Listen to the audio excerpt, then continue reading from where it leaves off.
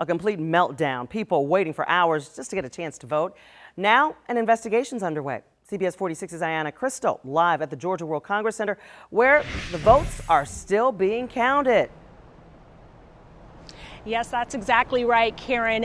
Voters telling me yesterday's primary election was unacceptable and a disaster, now shining light on voter suppression here in the Black communities. Right now, there are more than a dozen people still counting absentee ballots. They get processed in the back of the room, then get counted at these tables. Now, officials tell me so far they have counted 72,000 absentee ballots, and they were here until 1 in the morning and then came back at 9 this morning.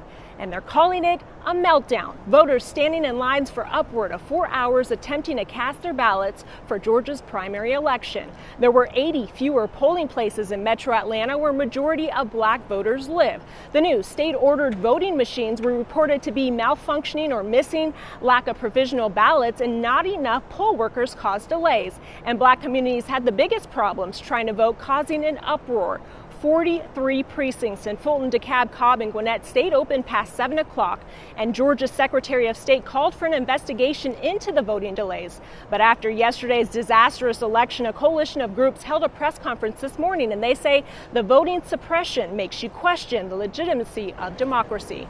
We think that the state's elections director has to be terminated from that position in order for us to be able to prepare for the November election, to have an election which has some level of integrity.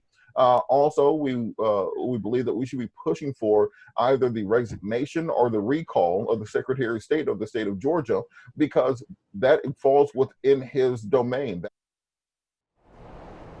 Lots of frustration and concern today. Now, I did reach out to the Secretary of the state's office to see if he would be commenting on what happened, and his office says he was too busy, but is working with counties to fix the problem. Now, right now, you are looking at people counting absentee ballots, and I am told they will go until they are finished. Now, the NCAA, as well as other organizations, will be holding a rally on Monday to talk about the voting suppression. That's the latest at the Georgia World Congress Center. Ayanna Crystal, CBS 46 News. Ayanna, thanks so much. NAACP been